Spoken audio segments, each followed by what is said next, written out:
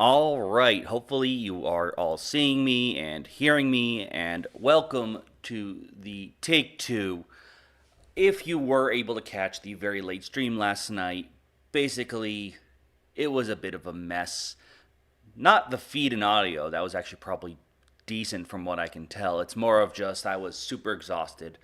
Half the reasoning being, basically, I usually come in Wednesday thinking nothing's going to happen. That's my day to do setting and testing. I actually had a bunch of stuff happening Wednesday, so that combined all Thursday night, which is things are going late, and I probably shouldn't record it. It's off. So now we're going to actually combine everything into one big stream. Pretty much, there's going to be two streams. This is going to cover the stuff I did Wednesday night, Thursday, and today, Friday. And then we're going to have Saturday stuff in a separate stream, which unfortunately for some of you will include my experiences with Disney's Lorcana. I'm going to be playing that tomorrow morning, but we have plenty of other stuff to talk in this stream. So if you missed out on the last stream, don't worry, it wasn't worth watching. I'll go over everything here. And a lot of this, by the way, I'll be continuing saying it within the stream.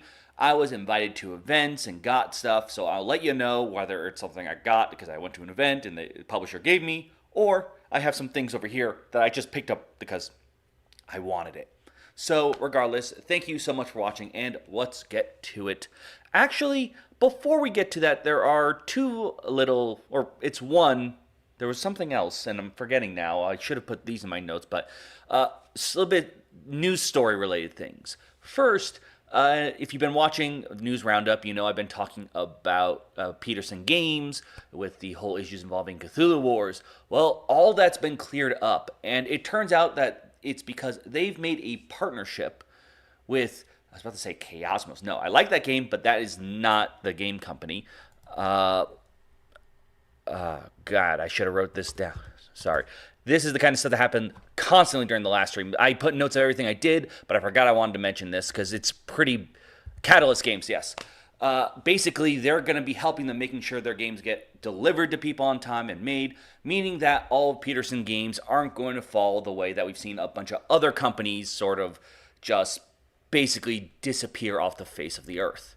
So that's a big deal. I'm super excited to see that, not just because I'm going to be getting my Cthulhu War stuff, but with a bigger company helping back them, it does mean that it's more likely you're going to be able to see these products just on game shelves rather than those once in a while Kickstarters where you may feel guilty to do like the full load and back everything. So very good news. Really happy to see that. You actually can see them at Gen Con with a bit of Cthulhu War stuff at Catalyst Games. All right, let's actually get to what I've been doing these last few days. So Wednesday was 2 events at night, basically, which took up the whole night, which is why I didn't do anything, because I thought I should try to get good sleep at least one night.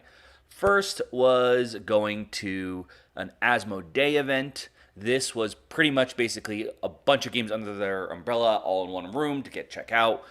And one of the big ones I saw first was the Marvel Crisis Protocol. This is a miniatures game. It's been around for a while, but they have a new core set coming out, which is designed to include a lot of the keywords that they've created since then. They brought up Henchman, as well as, I can't remember if it's Transformer Morph, something along those lines.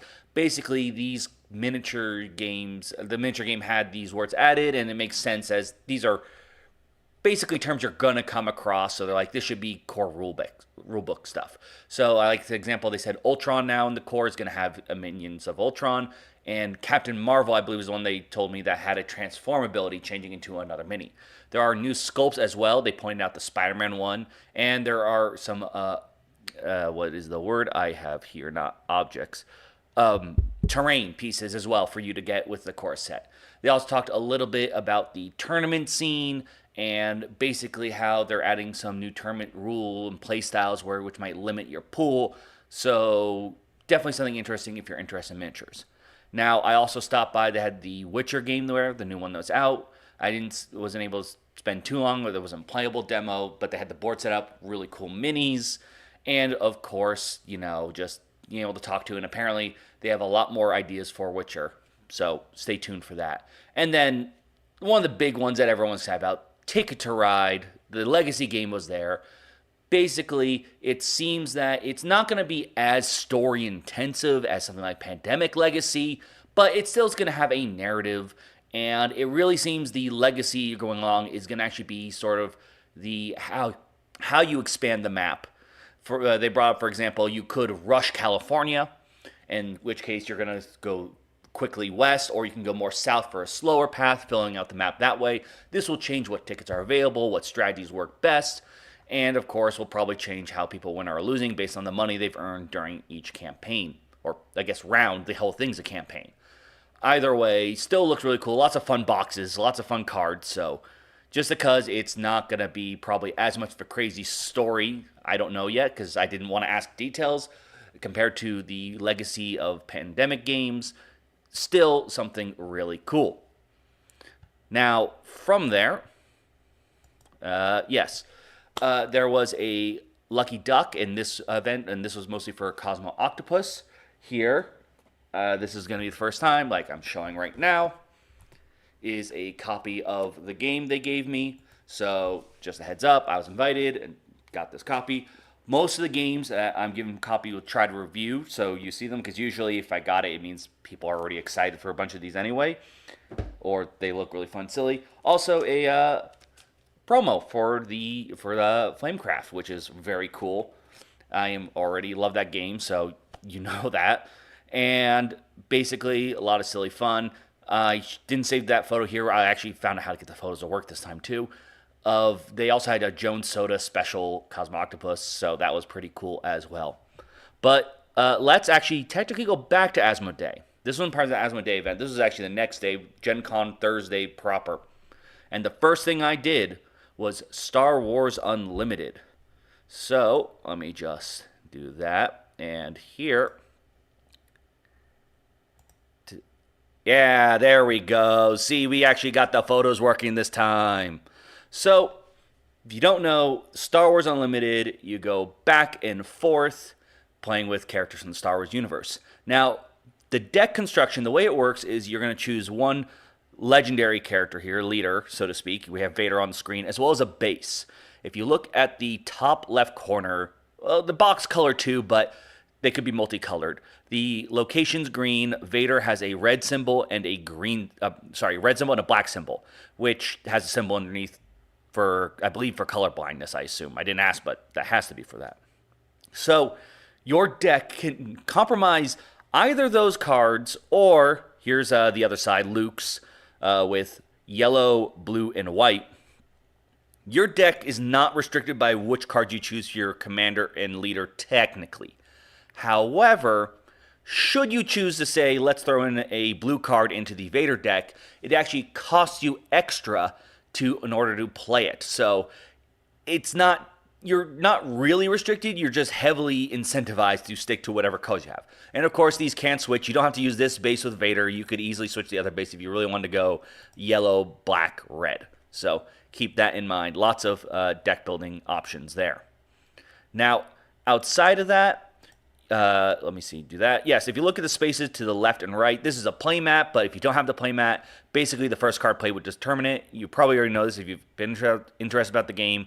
There's a side for land battles and space battles. So you'll be playing different cards there. Oh, I'll wait for that one. And these were 30-card decks. They said that the standard's going to be 50. That's how you'll actually play the game. This is demo copy after all. I think, yes, you should see demo just written all over there. So these are demo cards. They did not have the actual game there. Now, there are cards like these. These are options. I took a picture of this one because I thought it was hilarious. It's technically your opponent chooses, letting you deal 7 damage to a unit or let you draw 3 cards. But the way it's worded is deal 7 damage to a unit unless the controller says no. Then if they do, draw 3 cards. So something really silly. But these are the option cards, by the way. You can see the cost in the top left corner as well as its color. So in case you're wondering when I mentioned about more expensive cards. Here we actually see the Luke deck with actually some cards in space, some X-Wings, which, by the way, I played the Vader deck, and I learned I need to read cards because I actually got crushed and that didn't use some cards right. So you're going to have tokens. They're going to be cardboard. These are like deluxe ones you can buy later on, like these +1/+1 counters. I believe they're called experience. Damage on the base, that's how you win. Each base has a damage threshold. I think both of ours are 30 for this, but I'm sure they can shift for future sets. And your goal is to defeat those. The way you cast cards is at the beginning of the game, you're going to draw your hand and choose 2 to put face down in front of you. Those are your energy. I can't remember the keyword for it. But each turn, then, you're going to draw 2 cards, and you can choose to have one of them become a resource. So basically, every card in your deck has the opportunity to become a resource, but it means you're not going to have access to it again. So read your cards, unlike I did, and don't just randomly put some cards down there. And each leader, I think actually, oh yes, this will work nicely, has an epic action. You don't need to pay for it. It's rather just a check. If you're able to reach that amount of resources, that allows you to deploy your leader onto the field. And they are big, they are scary, but they themselves won't actually end the game, I learned. Because I had a card, I didn't take a picture of this, but it had an ability where Luke had to attack it. So he took 3 damage. And then I had a card in hand called Take Aim, which let me deal 4 damage, allowing me to defeat Luke's very tough 7. Granted, I still lost because everything else was able to pummel my base.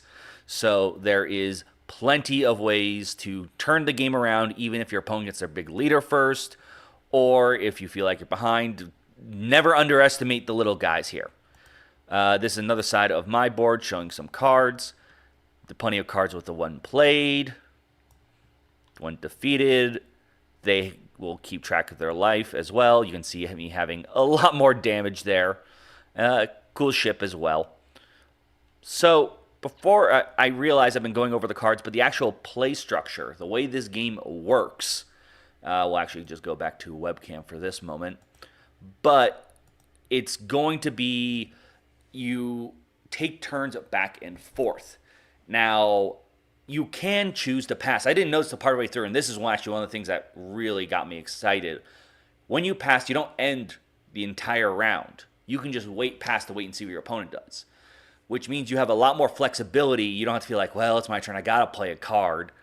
You can wait and see, but if you both pass, that does end the round. So you do need to be careful if you think your opponent might pass as well. The reason you might want to be careful there is there's something called initiative. You may choose to pass and take initiative, which does permanently end your turns for the round. If you do, you will actually have you will be going first next round. Or if you both pass and no one takes initiative, you're going to be holding on to it, which means you'll still be going first next round. So there's going to be this juggling of passing, deciding whether it's worth taking the initiative, giving up maybe an extra card play because you want to make sure you go first next to get an attack in before your opponent or play a card. And there's all these other keywords as well. And they were very clear to point out, for example, there's a Yoda card that said, choose players and those players get to draw, which indicates right now, you notice in a head-v-head game, you probably don't want to choose your opponent. So the way they word that is leaving it open for multiplayer games. Now, right now, the idea behind Star Wars Unlimited in terms of the game store scene, pro scene, they have 2 different prongs. There's the casual scene, which not only do they want people to go into the game stores to just play more casual games, but they wanted to make sure you're rewarded just for like trading, for talking about it there. So it's really trying to lower the bar of entry and get people there to just interact with the game rather than being someone who is rewarded for playing the game. Though, of course, once you interact enough, you probably want to get the juicier prizes, which slowly brings you towards the competitive scene. Stores will have more casual tournaments, but they can have more competitive ones, which will earn you tournament points, which can get you into more high-ranked tournaments, which will lead to, I believe, the Galactic one's their top tournament. Which, by the way, I did ask if that was going to be something like, oh, is this going to be the Gen Con? Every Gen Con is your Galactic tournament. Apparently, they learned a lesson a little while back when with Twilight Imperium, they said last year, where people signed up for the tournament at Gen Con, and that's what they did all day. They didn't get to see anything else at Gen Con. So they're going to try and make sure that these events are Star Wars Unlimited events. You're going there knowing that Star Wars Unlimited is the thing to do there. Now, that doesn't mean they're not going to have Star Wars Unlimited stuff at Gen Con, but the big tournament scenes are probably going to have their own event to give them breathing room and also make you not feel guilty if you buy a ticket for something else, be it Gen Con, Essen, and you're only able to play in the tournament, especially if you're doing well, because the longer you're in the tournament, that usually means the more you have to stay there. So we're looking really cool there, and really happy with how so far what I'm hearing about the casual and tournament scene. We'll have to see actually in practice. And of course, the space landing going back and forth, I thought was really fun, did a good job. So overall, optimistic. If you do get a chance to play, it's not just me, just anyone who plays. There are special promos, which are really cool. They have a little stamp. And of the 2 new leaders, those are the starter deck leaders. So it's not like they're rare cards that appear in the packs, but still, it's Luke and Vader. It's pretty cool. All right, so from there, I'm going to clear my throat. And all right, so now we're going to hit some RPG stuff at meetings I went to. First, I went to Modifius. There, first we talked about a lot of their models, congratulating on the Fallout model for winning. It was UK Game Expo, I believe. As well as me trying to see if they're going to get Starfield, which they said no, that's not in the works right now, but they have Skyrim and Fallout. They got to get Starfield, right? But we also talked about their new RPG.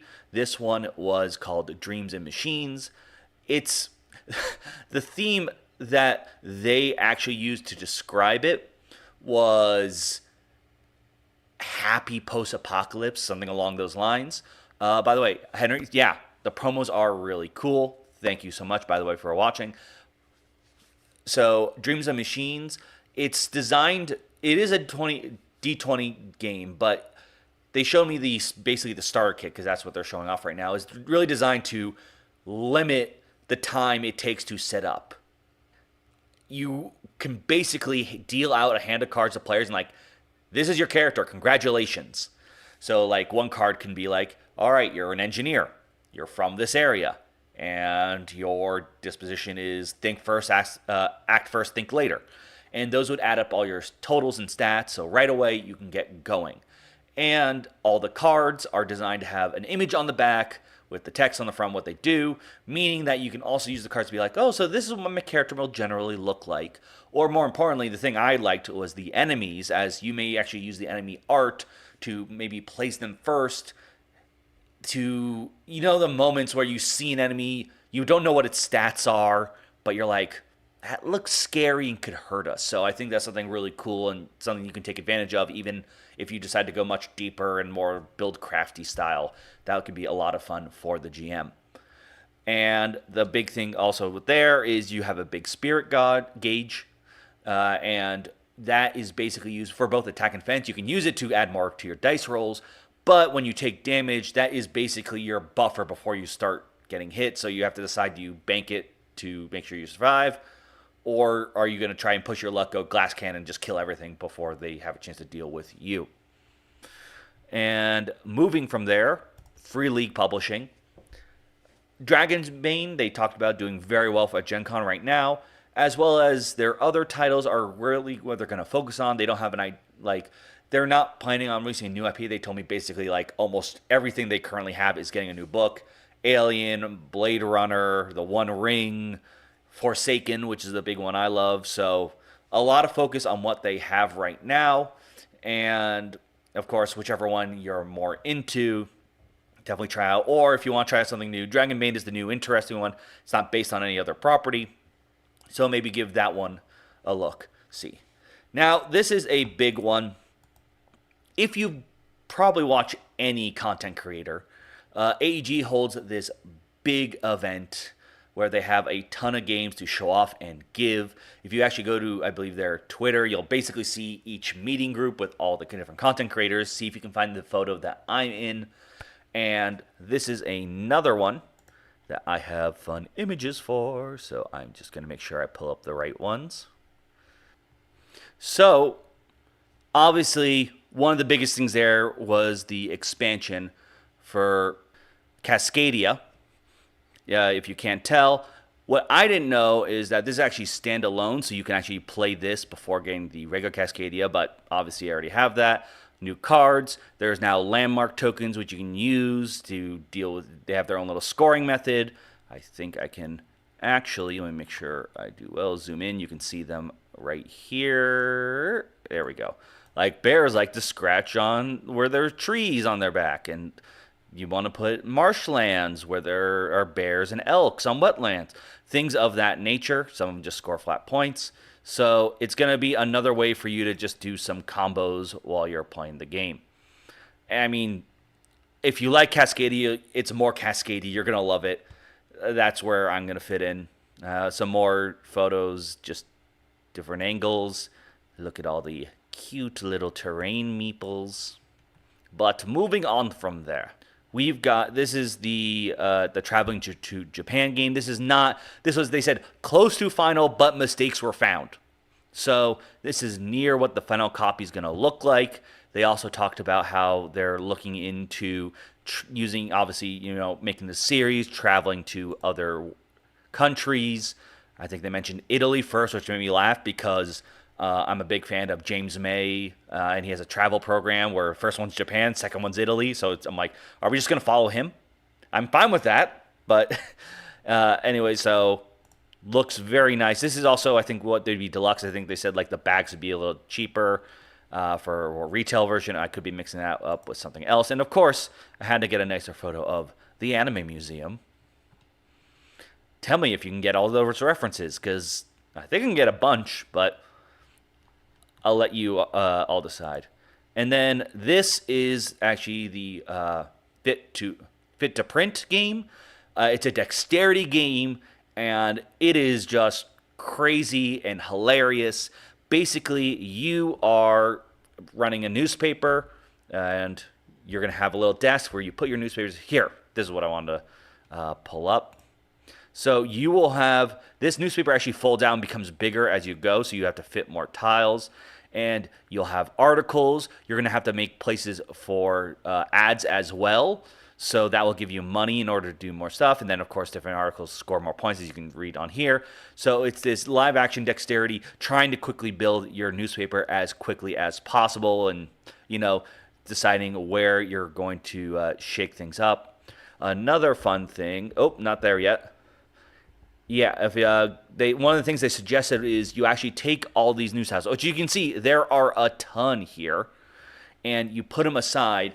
And usually this is a up to 6-player game, I believe. You can make it 12 because what you do is one player in your team is the news reporter. They have to go and find the article tiles and bring them to the editor. So you're going to get the person who becomes John Jonah Jameson saying, "I need pictures of badgers now." Meanwhile, while the other person's grabbing, trying to bring over articles. And we didn't play that, obviously. They just told us about it.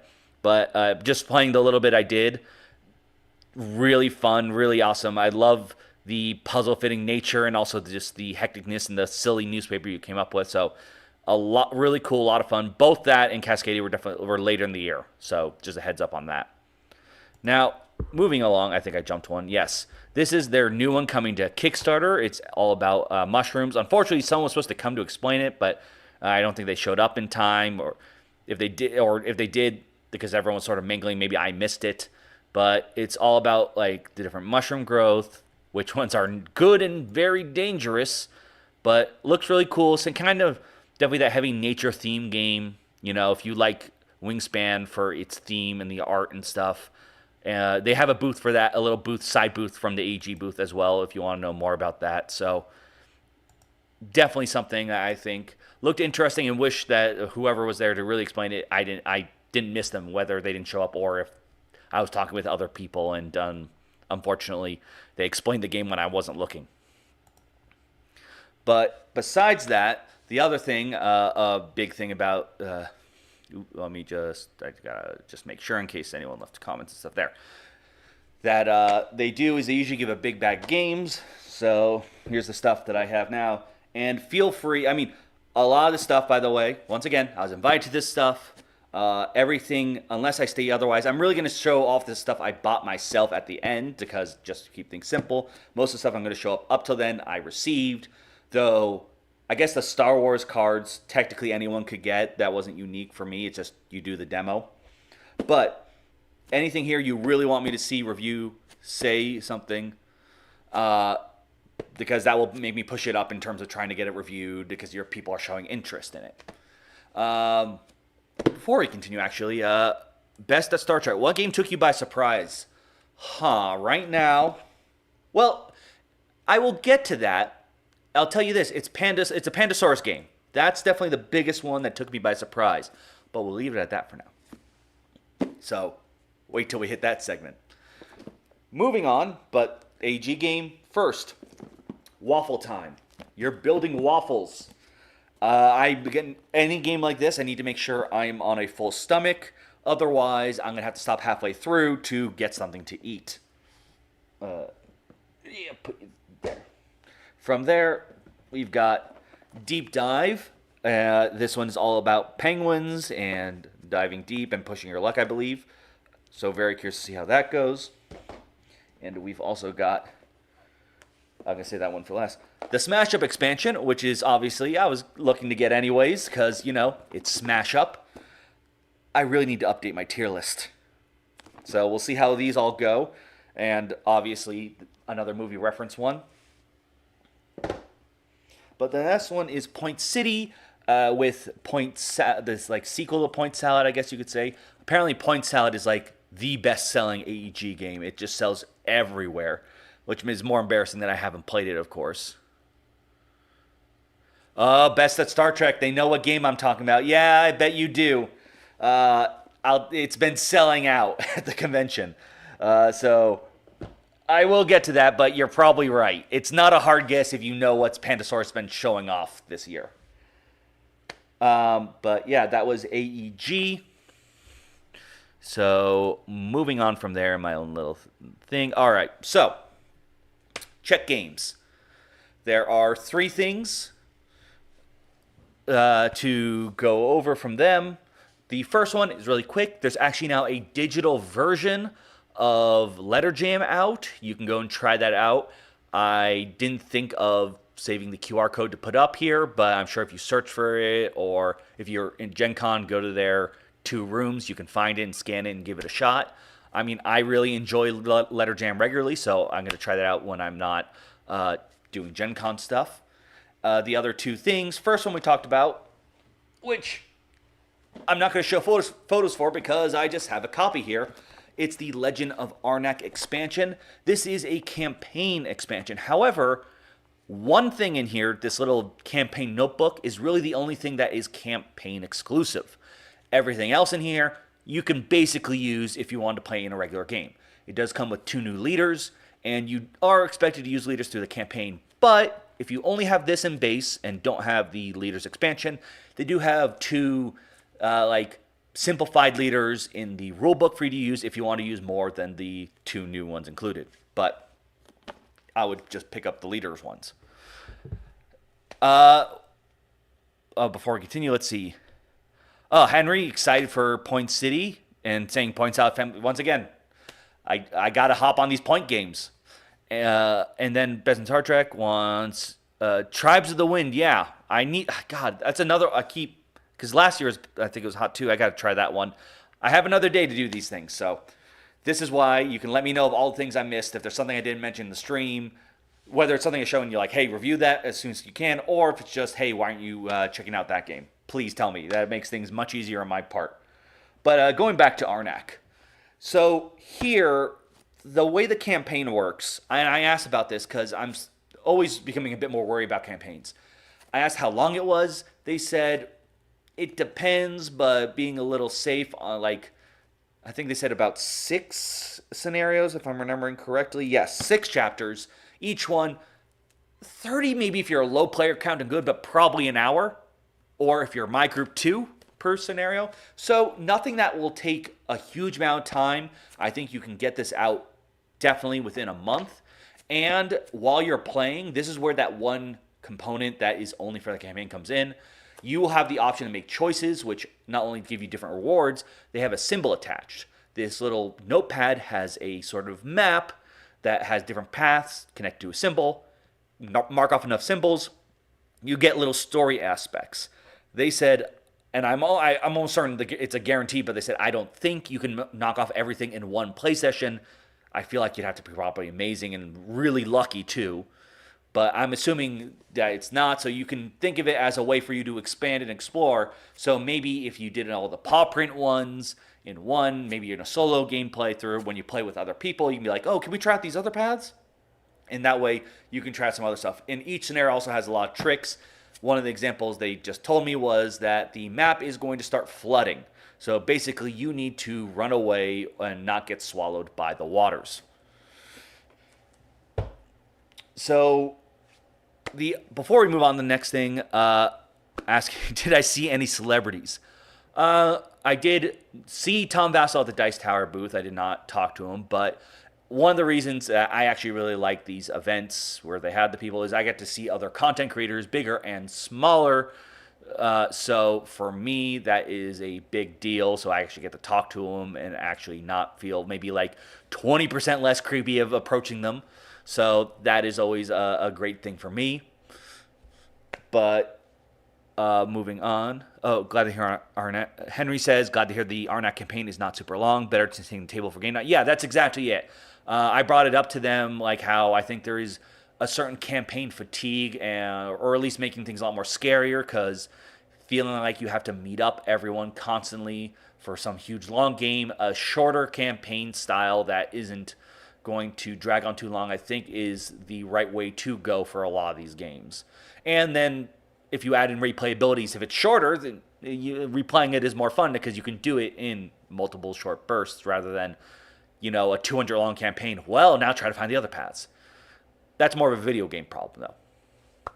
And the other game, and this is one we're going to have to show photos for, so give me 1 second to pull them up. Nope, that's not my photos. That's my photos. And this is for the game that I am going to horribly mispronounce, because every time I look it up, I forget it. But it is going to be Kuntahora, the City of Silver. Boom. There we go. This game is a Euro game. This is actually, even though this is the first picture I took, this is probably not.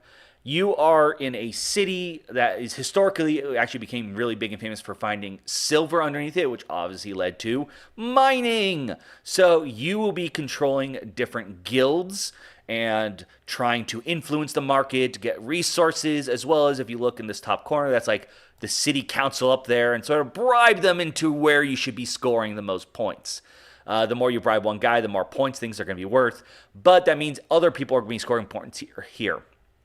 They said it's not really take that, but rather sort of anything you do is going to build up other people too. So it's all about trying to, I guess, taking the most efficient moves that give you the biggest boon while not giving other people as big of a boon. Now, there are going to be plenty of building maps here. You can see you can have put little reserve plot lands, which, by the way, got to build on them. You'll lose points if you don't. And then when you place building, matching guild symbols, you see in the top corner, will trigger events and scoring. In the mines, you are trying to build horizontally. You can look at the top. If the first row, if you have enough control of these little star symbols, will give you points and money. 6 to 9, 10 for the bottom one, which is the big heaviest one. And that brings us over to this chart. These are player boards. You're actually going to be choosing one of these. You're like randomly, you'll get 3 different guilds. There are, I think, 6 in total. So that will basically be which ones you're building. So like these 2 players both are working on the blue guild, while these 2 players are both working on the meat guild. Right? It's meat, beer, because of course meat and beer, you need that in your Euro. I think that's like legal. Wood, and there is the metalworks. So those are, and stones you can see in the bottom bit there. And you'll move up and down this track. And while you are gathering resources, so anytime, let's say you gain 4 wood, you're not going to have wooden meeples. You're actually going to have basically a chart that can move. It'll say currently wood is worth 4 coin. So if you need something that needs 4 wood to be built, you need to spend, in this case, 16 coin. If you sell 4 wood, you will get 16 coin. But anytime you do buying and selling, that's going to change the market value as, of course, the rise and fall of demand, meaning that you can make a big payday while also making it cheaper for the next person who's trying to sell wood. So there's going to be a lot of that. Like, that's really to take that almost in this game. It's not about literally taking something from them, but rather sort of just manipulating the market, hopefully in your favor, or trying to get that big sell before anyone else, or buying when someone else does the big sell to make your buildings cheaper. Now, the other thing I want to point out here is these buildings and people, like all the meeples, for lack of a better word, they're actually using a new process in which this is just like recycled pulp, like wood, paper, pressed together. And as you can see, like this is like, while a lot of what I'm showing is not final, I think the pieces are pretty close, if not final, of what you should expect. And I want to go over here. I mean, you can see there's still some very nice detail on the pieces. And of course, you know, it's better for the environment. So a really cool system. Cool. I thought the pieces were great. They still hold color very well, as you can see. So hopefully this will be something that a lot of other board gamers companies can use to sort of push forward and just lower their, you know, their carbon footprint. So an interesting game, and definitely one if you like shifting marketplaces and control, but maybe one that you want to get if you know more people don't like that backstabbing and too much control. Because you can control the marketplace, but usually it might make a pain for you, but it also helps you. Like I said, you might not sell wood as high, but that means buying your wooden structures, you can do it on the cheap. So check it out if you can, and that will be coming out a little bit later. So moving from there, we've got, all right, so that was basically everything that I went over yesterday in my not so great stream. So once again, apologize for that. I remember the other news bit, and we'll actually talk about that later because it's not as big. It's a name change. Mostly because I got something from them, technically. All right, so today, first thing I actually did was I did stop by Ravensburger, not for Disney's Arcana, but for Villainous, because they just ran like their first Villainous tournament, Gen Con, and basically they decided what was going to work. It was actually 1v1. They actually chose which villains could be in the match. So for the first round, everyone had the same two villains. You actually played rock, paper, scissors to see who would get which one.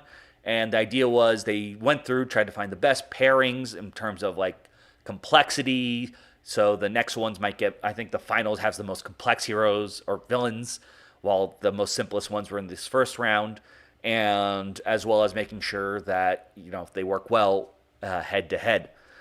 They talked about it was very successful. There's a huge standby list as well. So they are looking forward to the idea of not only expanding the tournaments and future tournaments, as well as, of course, if they do multiplayer, you know, try out different things. In particular, obviously, we talked about that, like the Marvel one obviously does much better in a not head-to-head, but a multiplayer scene since the shared villain deck.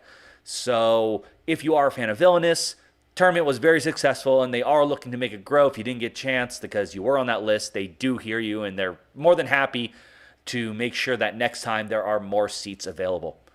Other than that, you know, Oogie Boogie is coming out later this year in October, so for all you Nightmare Before Christmas fans, you can pick up that as well.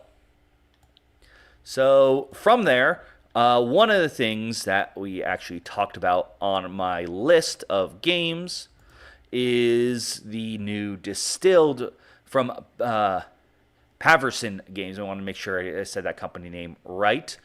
This is a game all about distilling, and they actually said, hey, we want to meet with you, we want to talk with you, and they actually sent me with a copy of their game here, so I will be reviewing that.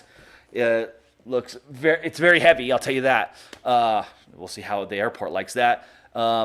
Very interesting, and then they've been apparently selling out every day. In fact, the last copy sold when I went there. It was just apparently just really hectic. So if you are interested in that game, you're gonna have this is an interesting. I feel like this is a very crowded Gen Con this year, which is good. But it also means that you can't as reliably be like, oh, I can go here first and then try to get that other game later. If you want to buy this game, You're going to have to get there early. But you also have the option, by the way, they have first come, first serve demos, but they also have, I think, like for the first hour or so, because it fills up, you can sign it. Like they have a thing to scan where you basically sign in for a time so you can guarantee a demo. So keep that in mind if that game sounds interesting to you. But they also had a new Kickstarter to show off, which I do have a couple photos for. My brain just popped right there. Where is it? Where is it? Oh, there. No, it's not in there.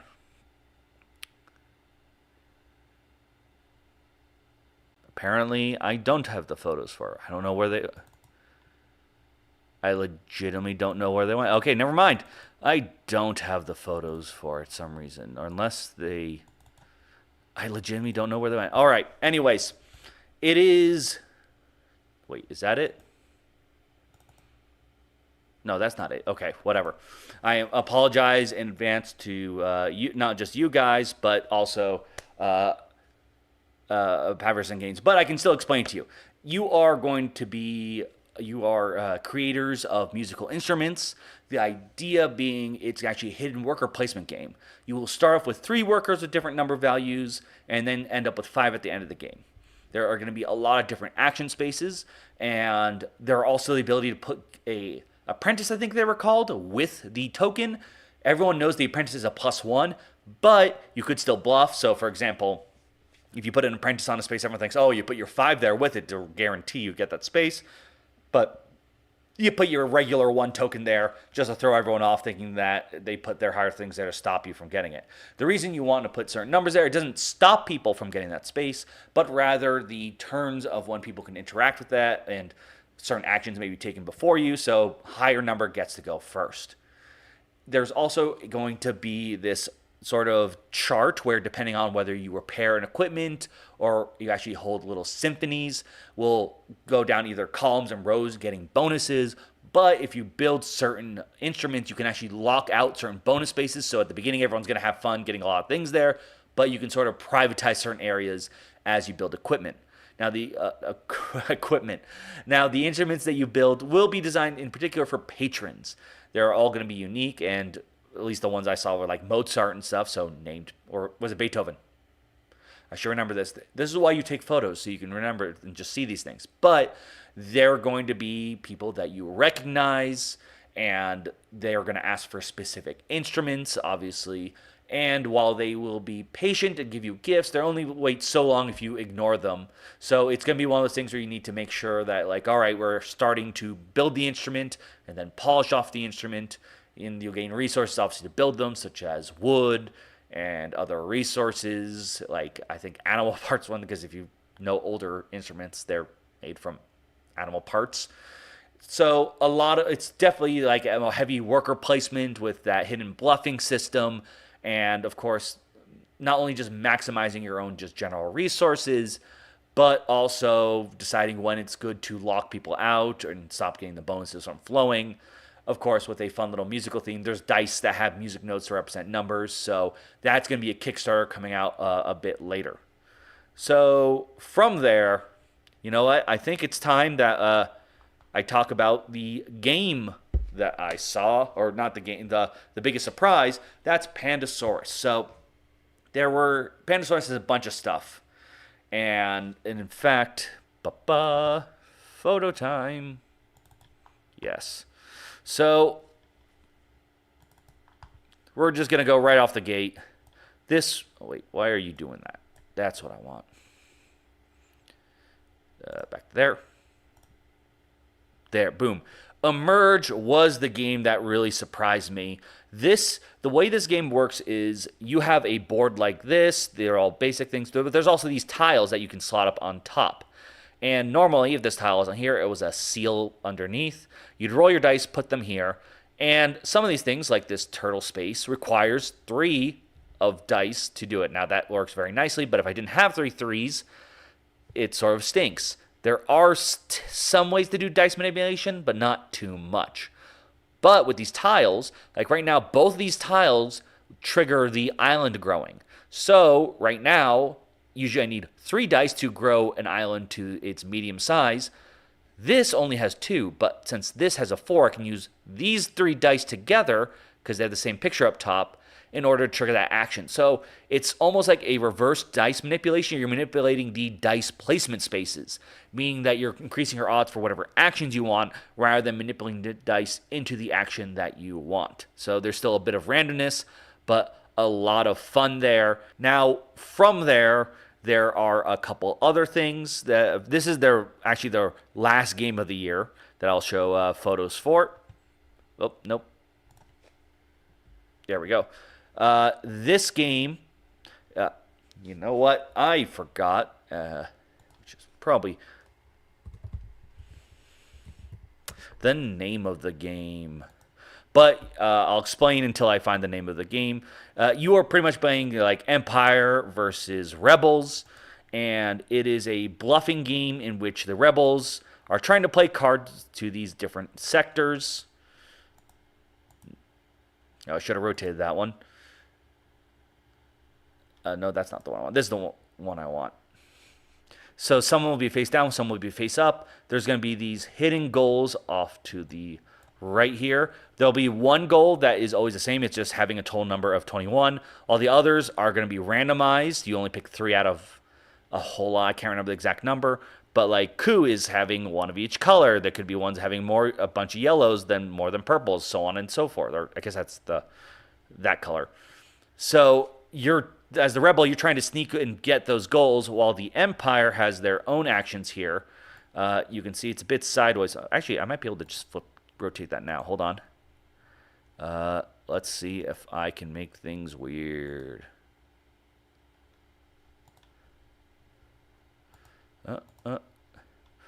Hold on, I think I might need to... Oh, there we go. Haha.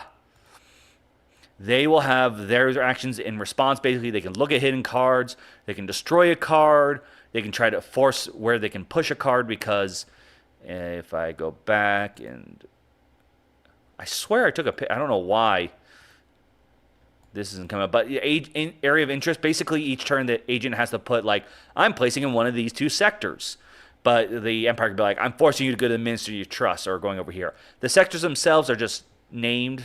You know, there's nothing, or at least right now. So it's more about just where you pile things up.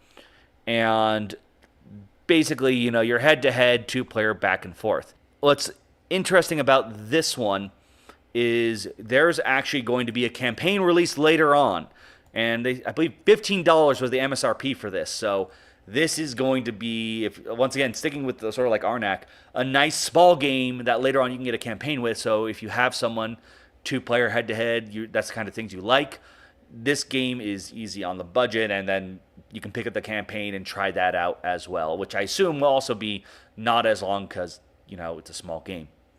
Going through the comments. Yeah, Henry, it's called Emerge. That's definitely the hot Pandasaurus game that's selling out really, really fast.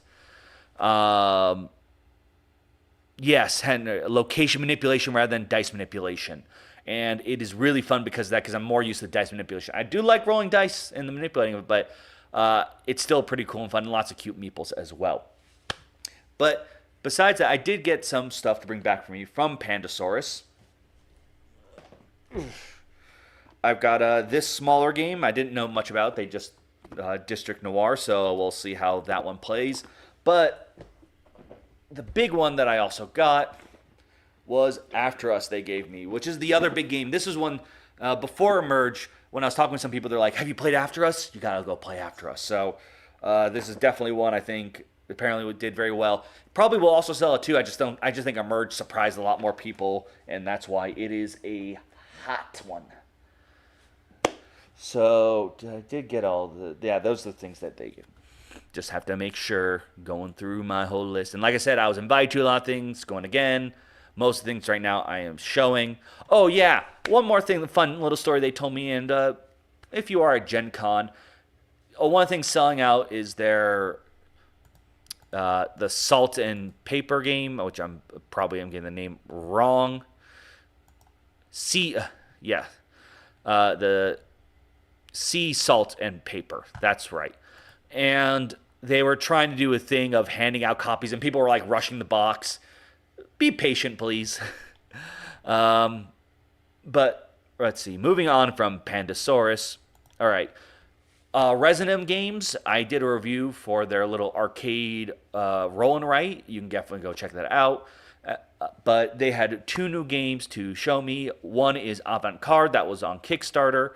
This was a cute, really fun game. Basically, the way it works is you're sort of trying to make a hand of cards, not hand of cards, player cards, and each card needs to match the number or color of the previous card. Sounds very simple. But each player has a starting deck with technically the same numbers, but they have different color ratios. So, for example, my deck was heavy on red and yellow cards. And then the cards that you can buy from the sort of lineup after you play your cards. So if I was able to match 3 cards, that means I would make 3, I have 3 buying power. You can buy those cards. Each card has their own ability, which also starts to let you trigger, make bigger hands, then down your deck, draw extra cards, change the color or number of another card or their own itself, causing you to combo. So at first you're playing like only 1, 2, or 3 cards. Next you're starting to play like 8 cards, and 3 cards give a bonus money. So then you're all of a sudden having like 10 up money. And the game is actually being limited. The way you win is that whenever you make a specific amount of money, it was like 6, 10, and 12, I believe, like the numbers. 6 will give you a trophy card. Not goes in your deck, just on the side. You score a trophy. 10 will give you 2, 11 will give you 3. So it all of a sudden becomes this trying to get the most trophies and trying to make these perfect combos. Looking at the numbers like, oh, I can do that. Oh, but if I switch this 2 over here and put this over here, then I'm going to have all these crazy powers going off and really get more cards out. The powers themselves, by the way, are actually not strictly attached to the numbers. I mean, they are, but you actually can rotate them out. They had like different groupings, like that we played with the New York group. So they're going to have different ways. So games can change drastically on which powers are currently available to you. It comes in a little magnetic box too, and all the cards actually are designed to be wrapped up in a little rolling up box. So very quick, fun cleanup. Had a lot of fun there, even if my brain was not really able to handle all that during Gen Con. But the other game that they showed off to me, which this one was available at Gen Con, but they sold out, was called Glitch Squad. This game is sort of a fun little backstabby party game. And this one I actually remember to take photos for, so I will pull up the photos for that right there. So the way that this game works, or the idea is you're all forensic scientists, and apparently you have a cat in the lab, because why not? And it's rolled over and locked everyone out of their computers. Now each pairing team is trying to get into their computer before everyone else.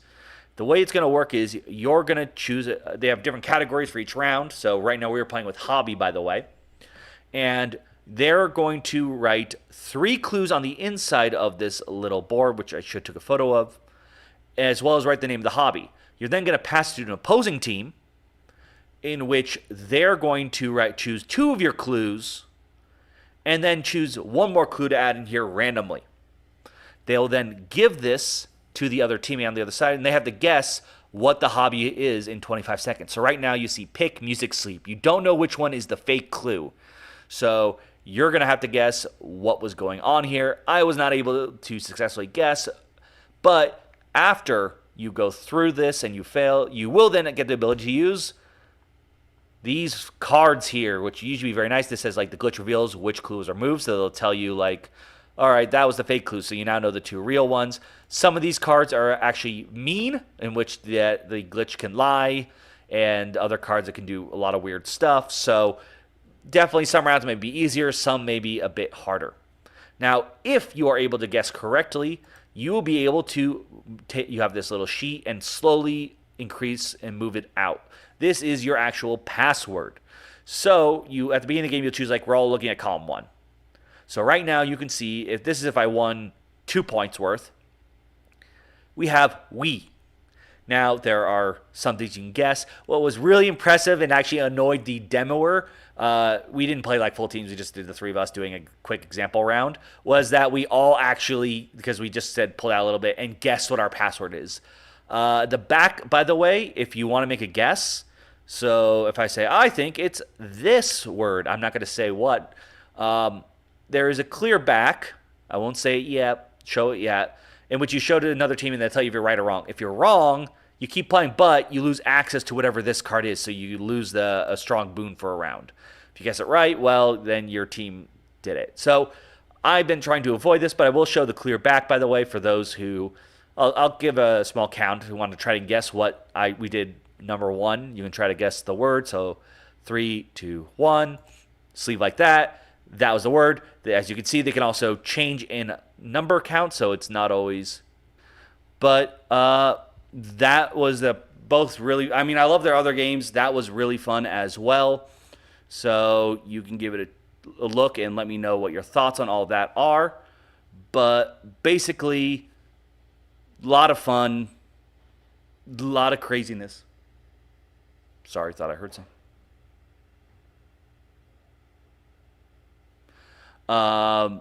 So unfortunately that one's sold out, but you can probably still do pre-orders and things like that for that game. But moving from there, so there was then this, similar to the Asmodee one, Flat River, which now has a bunch of companies, had a bunch of tables for different games. I unfortunately, due to time restraint, didn't get to try everything, so apologies in advance to any companies that I didn't get to try out and show off, or if there's a game from that area that you'd want me to see. So what I did see first is Tokaido Duel. The way that one is going to work is we're once again going to pull up photos for that one. And what I prefer. There we go.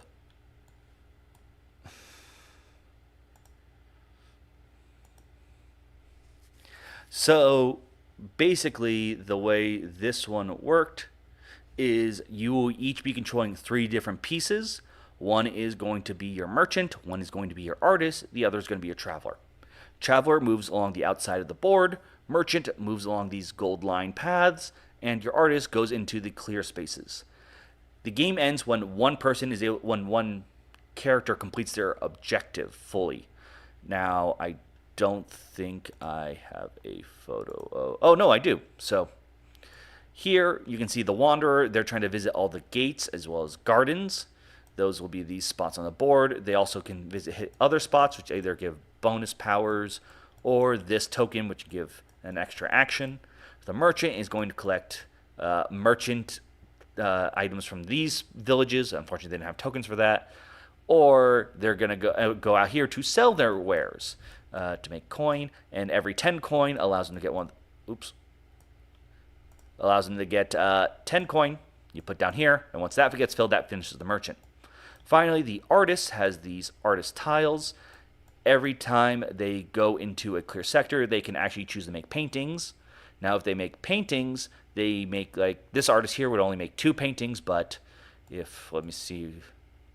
All right, there. Oh, yeah. If this artist was over here, they make 1 for themselves and 2 for the other meeple there. They don't have to be in your color.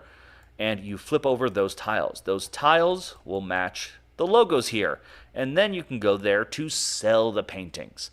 And it may take a little bit longer, but I think it has the highest point threshold, at least in terms of adding everything up together. I don't know. I think the merchant might technically be higher with 45. I think that was a 40 they showed. So it's really just working back and forth. By the way the game actually works is if we rolled these 3 dice, first person gets to pick, like, they'll pick the merchant die, second person can pick the artist die, and then that goes back to the first person getting 2 dice. But, oh no, that's the merchant, that's the wanderer. But then when it gets the other player's turn, they're going to get 2 dice, so the other one gets 1. So you go back and forth being able to trigger 2 versus triggering 1. And that is Tokaido Duel. And from there, oh yes, License to Grill. This is described as a game for you to play with your parents. I think he means it's simple and fun theme. You are basically grilling different foods, and you have to be keeping track of things like temperature or the like where you can place it. There's certain parts on the grill that can only fit vegetables versus meats. Um, and you're actually keeping track. If you don't put the grill food on the grill fast enough, it gets rotten, so you have to throw it out. You get points if you're able to season it beforehand, and they're all little Tetris pieces. So really cute, fun. The grill itself is actually the box, so you're actually putting things on a grill. It has actually little knobs that you adjust the heat. So you may want to put your steak on there and cook, and you adjust the heat so it takes, moves up 2 on the cooking meter. But then someone else can change the heat on you and make it so it cooks slower or faster than you would like. So a lot of take that and dad jokes on every card, of course, because you're grilling. You got to make dad jokes there. I didn't ask. Should have come with a pair of tongs that, of course, you got to click a few times to make sure they work. Also, they had Defenders of the Realm, Legends Retold. This is, oh, by the way, Licensed to Grill, and the one I'm talking about, Defenders of the Realm, this was Greater Than Games. Tokaido Duel was the same people made Tokaido, and I'm blanking on their name right now. Sorry. But Defenders of the Realm, Legends Retold is actually an old game being brought back to life. Has a ton of minis. Basically, the core game, they talked about you have these really cool heroes, and you are defending against monsters coming to swarm in. They come in 4 different colors. I'll explain why that matters. But each color does a unique thing. Like the red demon is spreading around curses, I think it was called, around the map. And if too many curses come up, you lose. There's goblins, which the goblins try to steal all your resources. And even if you kill the goblin boss, 3 goblins can get a trench coat and become the new goblin boss. There is the lich and skeletons, which once you kill the lich, start curses an area, which makes more skeletons if things die in there. And then there's a dragon, in which she doesn't really go for the center to attack. She's just screwing around the rest of the field, freezing it up when her cultists summon her different spots. So each monster acts differently. The reason I mentioned colors, because apparently they have another expansion where it's going to be the reverse. This one, technically, you'd go from the outside as the heroes going inward, attacking the castle. They brought like sort of the Strahd campaign from D&D, and that one would also have like werewolves, vampires. And I asked if those enemies could mix, and they technically can. The way they would mix more is like you're gonna have red enemies, blue enemies, green enemies, and the skeletons, they were like grayish white enemies. Basically, you could swap out an enemy based on the colors, so you don't have 2 reds, but your red can substitute a red in a different game, meaning you can really customize and try out weird things for whatever's going on for your heroes and maps. From basically, a lot of companies also said they want to go with the style. It makes it much easier to paint. So, I mean, I think the color minis alone, I like that because I can already just look on the field. But if you're looking for something for maybe an easier, like flatter surfaces, you might want to look more into that. And it comes with, I think, was it 6 heroes, 5 or 6 heroes, but 1 boss monster with 20 henchmen, 4 different groups, meaning that is 84 enemies just alone in that. And it was funny because they had smaller tables, and he's like, I can't actually fit the real board on here. I can show off the minis, that's it. It won't fit. So that was cool. Dead Alive Games. This is another one I actually have images for. So if I can find it.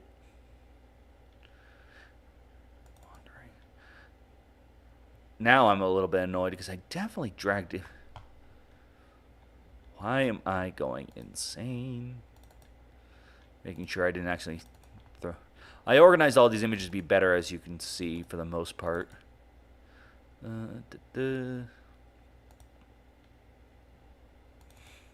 Oh, yeah, it's there. Jesus. Okay, so this, I didn't lose these. All right, put that there.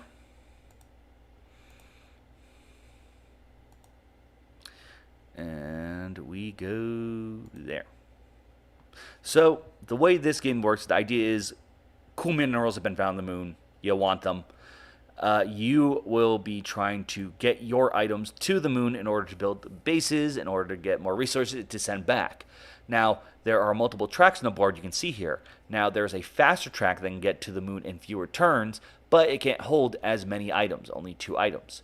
The slower it is, the more items it can hold. But it also means that it takes longer to get there, so more people can do more things and maybe stop you from whatever you're trying to do before you can even get there.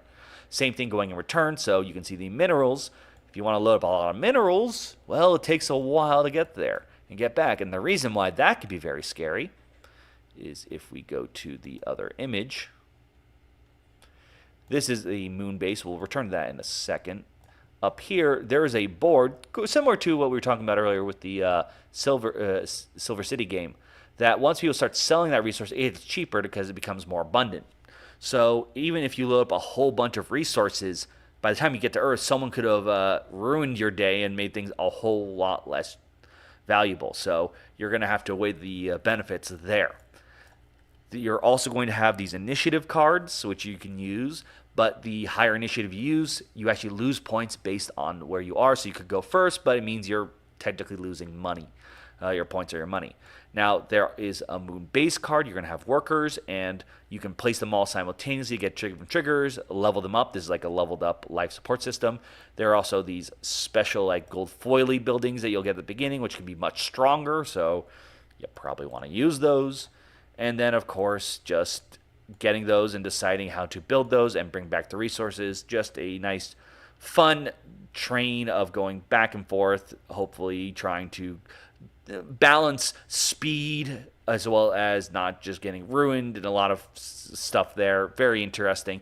By the way, you are seeing this is the deluxe version, I believe. I know that the pokers they said in deluxe. I assume, I can't remember exactly if all this stuff would be, what would be different and not, but probably not, as maybe cardboard tokens. But that has been selling very well, but there is a cheaper version to check out. They also had another game I want to quickly mention. This one's much, but called Cyber Pet Quest. That one's coming to Kickstarter. Mainly, I want to bring that up as it's about like helping a cybernetic cat and their friends is the word. So I assume the cat's the leader in this homeward bound adventure. And there's currently a cyber cat, dog, raccoon, and Canadian goose. But you can vote for a fifth animal. I didn't actually get a link. They just told about it. So you can search for it. It was called Cyber Pet Quest, and suggest maybe a really weird animal. And part, like they brought up a goldfish that has little spider legs. I suggested Pet Rock. No one sees a Pet Rock coming. But moving from there, I saw Pendragon Game Studios. They had a bunch of stuff there, so really quick. You have a Thing board game that has same thing, trader trying to work different places, trying to find out who it is. Escape from New York. Both these games, by the way, have miniatures for the movies, but you can get those, I think, are extra, so you don't have to pick those up if you don't want to. But Escape from New York, you play as characters from New York, but there is a special fifth player you can add in who actually plays as they say, New York, who takes control and is trying to ruin the actual player's day. So it's cooperative until you decide to make it not. From there, they also had another game called Eternonauts, which actually is based on an older novels, which actually has apparently a Netflix show coming that will be a modernized version of the story. Their game is based on the original source material, but maybe they'll throw in some little extras in the future based on the Netflix show, however that goes. And then they also had a game called Starship Interstellar. This is a game in which apparently, to no one's surprise, you found out you can mine the sun, and through your mining of the sun, you basically have triggered the sun turning into a red star from being a million years to being very, very soon. So it's up to you to build the safety craft that can hopefully manage and escape and avoid the doom. But of course, even though you're all trying to work together on this, one of you wants to be the best person to do it. So there's many different actions you take, including mining the sun, which of course would make the end of the world come even faster. So deciding whether you want to do that, lose reputation, and of course build up and see if you can escape the expansion of the sun. Now, the last big thing on there, let me make sure I didn't forget anything. Yeah, I think from there is Paizo. I actually have a lot to talk about here. So with Paizo, there we go. First off, if you didn't hear, they announced that in the next 2 years, they're going to make a Starfinder second edition. This gives you some time to switch over. And let's see, where's my line? Yeah, next 2 years. Within the next year, though, there'll actually be play testing, so you can test out what the second edition is going to be like. I'm sure leave comments, decide whether you like it or stick with, first edition. So that is something in the works, and they're giving you a lot more leeway time, so you can learn about that.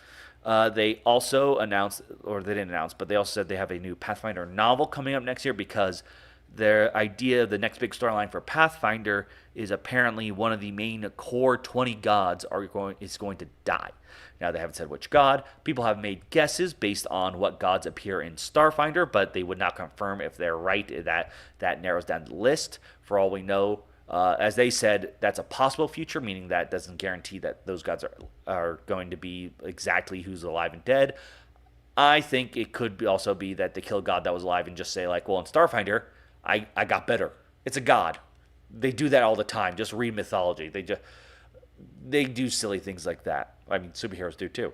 Anyways, from there, like trying to do more novels, branch out, and obviously with a god dying, a lot of chaos is going to ensue from there. And while there will be books with new rules, characters, if you don't like that storyline, you don't have to follow it. It's just going to be sort of just pushing people in a certain direction. From there, they brought up that they're trying to put a bigger push towards board games. They already have one game out about goblins, but they have another one called Elemental Stones. This is actually an in-game game. So it's a game you hear about in the universe of Pathfinder, so they designed a game with that. That's a new one. It's lighter right now. They said they're going to have a couple light ones coming out, but they've got some heavier ones that they're working on as well. So, and these, starting with the Elemental Stones one, these are worked in-house. So this is not them giving their license out. They're trying to make games under their own roof.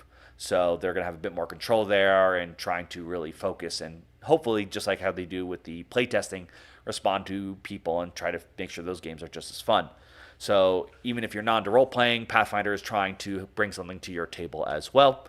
What else do I have here? Oh, yes. So the other thing I wanted to know a lot about was the new Orc. They have 4 books they'll be replacing, 2 coming soon.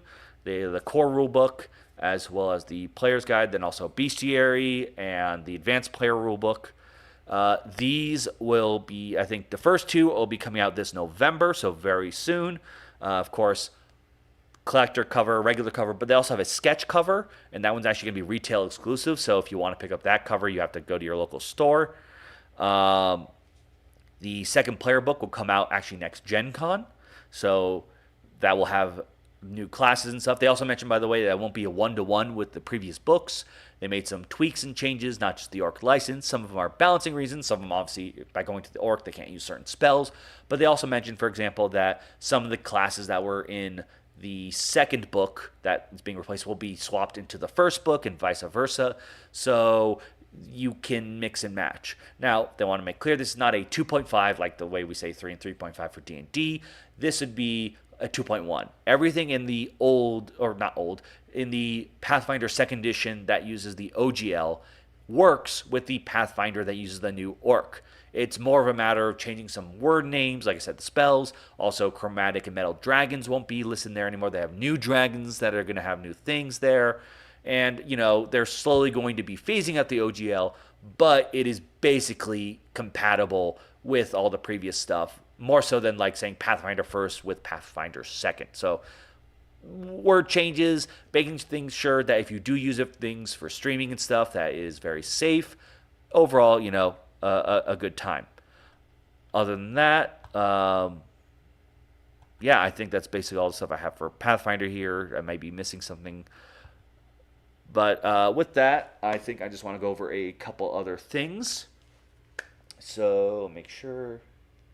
the few things I want to go over, these are more smaller companies before I hit the stuff that I bought, that I've gotten so far. This comes from Moe Ideas.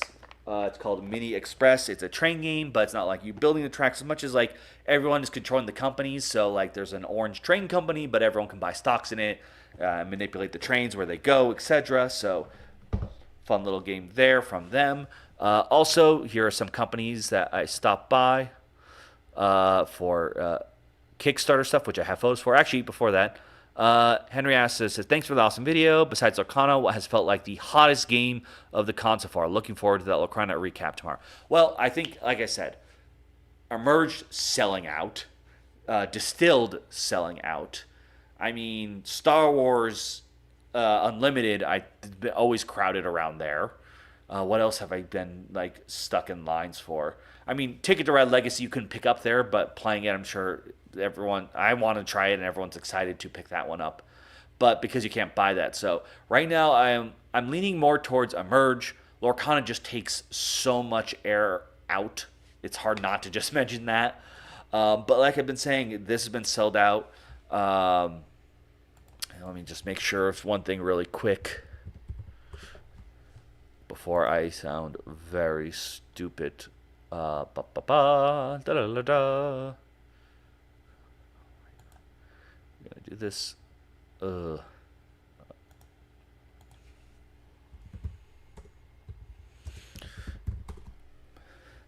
Okay, yeah. Um, what else was big there? I mean, it really just seems since there's so much people, a lot of things are selling a lot faster and more. Emerge like the thing that it's selling really fast. Probably the thing I guess I could say is in terms of big surprise in terms of something you can buy. Because Star Wars Unlimited is hot, but no one can buy it. Same thing with the Ticket to Ride. Um, I mean, I'm saying same thing with the AEG. If they had the Cascadia expansion there, that would probably be selling out fast. Um, I even like one of the things I went to. It was I think the Flat River one. I talked to Rio Gaviola, big Twitch streamer. I was really happy to finally get to talk to him. He's awesome. But I mentioned how like also a lot of places he's been seeing talking about like, yeah, we've been selling our game. Like usually there's like I can easily point out, oh yeah, these are the 3 games that sold out. I feel like almost every vendor can point to a game like that sold out. They have like one thing that sold much really well. Like so, it's a good year. It's a good Gen Con. I don't know whether that. I mean, I hope it's both, but it could be a lot of higher quality games, but also a lot more people showing up. I do think Lorcana has helped there. I do think there are people who are there for Lorcana and also picking up other stuff, which is a win-win, right? Uh, but moving on from there, yeah, that. Oh yeah, the Kickstarter, the other Kickstarter games I want to mention that I forgot to bring up that I saw. Just give me a minute to pull up those images. There they are. So first one, this is one more of I passed, and I'm gonna go. There it is. This one's called Celestial. This is from Deep Madness Games. Big miniature game, but apparently it has like every player mode. It's like these guys can you can play against each other. There's a campaign where you work together. It could be solo. Bad photo, good photo. Painted art on the cards of the characters. Skull terrain. Next, another big mini thing if that's what you're into. But the other one I want to point out is Galactic Cruise. And this one, there. It's all about building the luxury cruise liners from around the world. Prototype, obviously. You can be placing different workers around the board. You're going to get travelers who want to go to different destinations. And as you progress, oh, no, that's not what I wanted to do. Got to zoom out to switch to new things. You'll be building your ship here. You can see you'll be building fun little rooms. I made the joke of I'm going to put the bar right near the engine because putting a bunch of flammable substances near where a lot of fire is, totally a fine idea. Nothing can go wrong there. And that's a better idea of the board where you can pick a patch. And of course, any game like this where you running a business, you're going to upgrade, gaining resources, getting more powerful actions, and that'll be coming to Kickstarter a bit later. I'm going to switch back into the webcam, and then from there, I think actually I'm going to pull up. Nope, not that far. Yes, here. This is some of the photos I took while wandering. I don't have much wandering time, but I have done some wandering, so I thought be fun to go over a little of that before I show off the final things. Got to see the Planet Unknown there. Very cool. I already backed the second Game Found because I was like, I'm not missing this again. Even though it didn't win the Kennerspiel, it still looks like something really cool up my alley. Here are some painted miniatures. That's for Dune. These are for the Marvel game, zombie game, I believe. I think you can spot. I think this is regular. It's the next one that will show some better zombies. Yeah, there, like you can see, there's zombie giant man. But all really nice and fun and painted. Upper Decks thing was the boys. It was for their verse system, not for the legendary. They do though have the legendary for Matrix. Stopping by the Bandai booth. This I couldn't believe this is my spot. You know, sometimes Gen Con someone gets there in line and gets ahead of you. Unfortunately, my spot here was taken. Very jealous. I deserve to be in there. But Renegade, which I sent to a fan, someone who's a big fan, a friend of mine. I mean, I'm a big Power Rangers fan too, but just showing off all the stuff they had there. The new Terminator Space Marine, always have fun with Warhammer. May have some stuff, working on some stuff. Not with them. I wish. God, I wish they would contact me. But, you know, I'm going to trying some Wargamer table stuff, so be prepared for that. The Metal Gear game, super excited to hear the painted minis, including, look, the box. It's a box. Really excited for that. So happy. Probably, I don't mean to be mean, but that's probably my favorite CMON release in a while. I'm just so happy to see that that's coming back. Oh, their other really big popular one, the Cthulhu Death May Die. All these lovely little painted minis. They're out of order because it's sorted by name, and of course, you know, taking photo names is like da da da da da. And this is also Cthulhu stuff, so very cool there.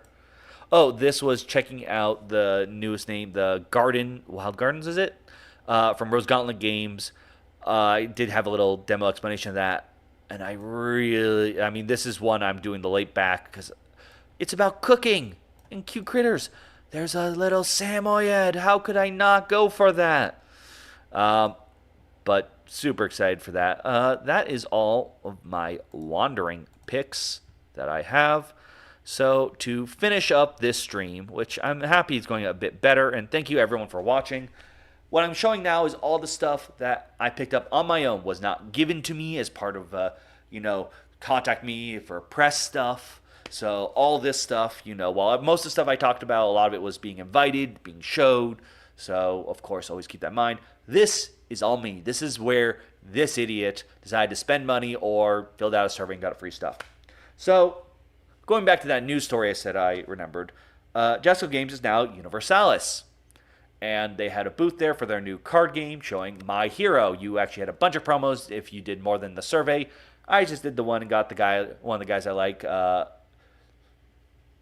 It's actually saying that's the name on here. I mean, I know he's known as Red Riot, but it's snack time. But cool, fun little foil card. I picked up the promos for DC Deck Building game for Gen Con. I'm sure they'll be available on the regular store. But, of course, I like the DC Deck Building game. This is Mindbug. I was told I should try it out. I mean, it's by Richard Garfield, so obviously I should have picked that up way before. It did have another Kickstarter recently. But so, smaller game too to pick it up. Of course, I picked up all this stuff, by the way. Most of it, all of this Thursday, because I'm like, I'm not going to get. And then I got all this stuff, so we'll see how packing goes. Oh yes, this one, while not hot, I think a lot of people are going to be excited about this later on. The Forbidden Jungle, the next line of the Forbidden Series. Forbidden Series has always done very well. It's a very light but fun game. I really liked Forbidden Sky, the last one, though it had a bit more of a toy quality, and also didn't come in a tin. Did it have a tin version? I don't think it did. Mine is a box version, at least. But I picked that up. It came with a promo, because that was one I was like, oh, I got to pick up, and that would be a good one to do video for. Speaking of that Bandai stuff, cool Bandai cards for the full set. I mean, I played the Digimon one. A friend of mine plays the One Piece one, so he'll be excited about that. I have tried a little bit of Battle Spirit Saga. I need to play more, but it's very interesting how that system works. Oh, yes, I stopped by Pegasus Spiel for expansion for Carnegie, and I had to pick up the Spiel des Jahres winner because, it's the winner. And I played the other two, so this way I can actually play all three Spiel nominees. Unfortunately, Like I said, the Planet Unknown, while I bought it, it won't be coming until they do the whole thing, so it's going to be way past when it comes out, so it'll be a little bit harder to compare those three, but I at least can compare the Spiel nominees close to the last one. And finally, this one was one that I knew I wanted to pick up very early on. It's Freelancers. This is their D&D version of the Crossroad game. Don't know, Forgotten Waters falls under it too. I love it. If you love a more long narrative story kind of game, but a bit more on the comical side, the Crossroad games did really well. Though technically the first one's zombie horror, not funny, but they're the ones that Plaid has now work really well. So I was super excited to pick this up. We still play Forgotten Waters every now and then, so this was an obvious, I got to pick that game up. But other than that, that is now the recap for all 3 days. This has been a bit much longer stream, partially because I screwed up yesterday's. But overall, let me know your thoughts. Like I've said, I've been reading the comments. See what you do. I mentioned the hot games. But tomorrow is the big Disney Lorcana, so I got to get ready for that. Other than that, thank you so much for those who watched live and as well as anyone who's now watching afterwards. Besides that, I probably, you know what, once I get back home, I might download this and then cut this up so I can just have the Pandasaurus part, the Asmodee part, things of that nature. So it's not maybe as wordy and I can maybe edit some more better photos in as well. But overall, thank you so much for joining me and sorry about yesterday. This has been Roll for Crit, and if you are at the convention, unless I am looking like I am running somewhere, even though you can't run in the convention hall, feel free to say hi to me. I'm more than happy to say hi back. In fact, it will mean the world to me, to be honest. So thank you so much, and if you're at Gen Con, enjoy your Gen Con. If not, I hope you enjoyed this content. And like I said, by the way, all the stuff I showed early on, that's stuff that was given to me, and the stuff I just showed was stuff I choose to buy, whether it be because I know I'm going to want to do a review or because I want to play it, a lot of it. Let me know if there's any of this stuff in particular you were like, I really want to see that, as that's the kind of thing I'm like, well, I'll try to push that up earlier because, you know, you're interested in it. But for now, I'm Will, and this has been Roll for Crit. Thank you so much for watching. See you tomorrow.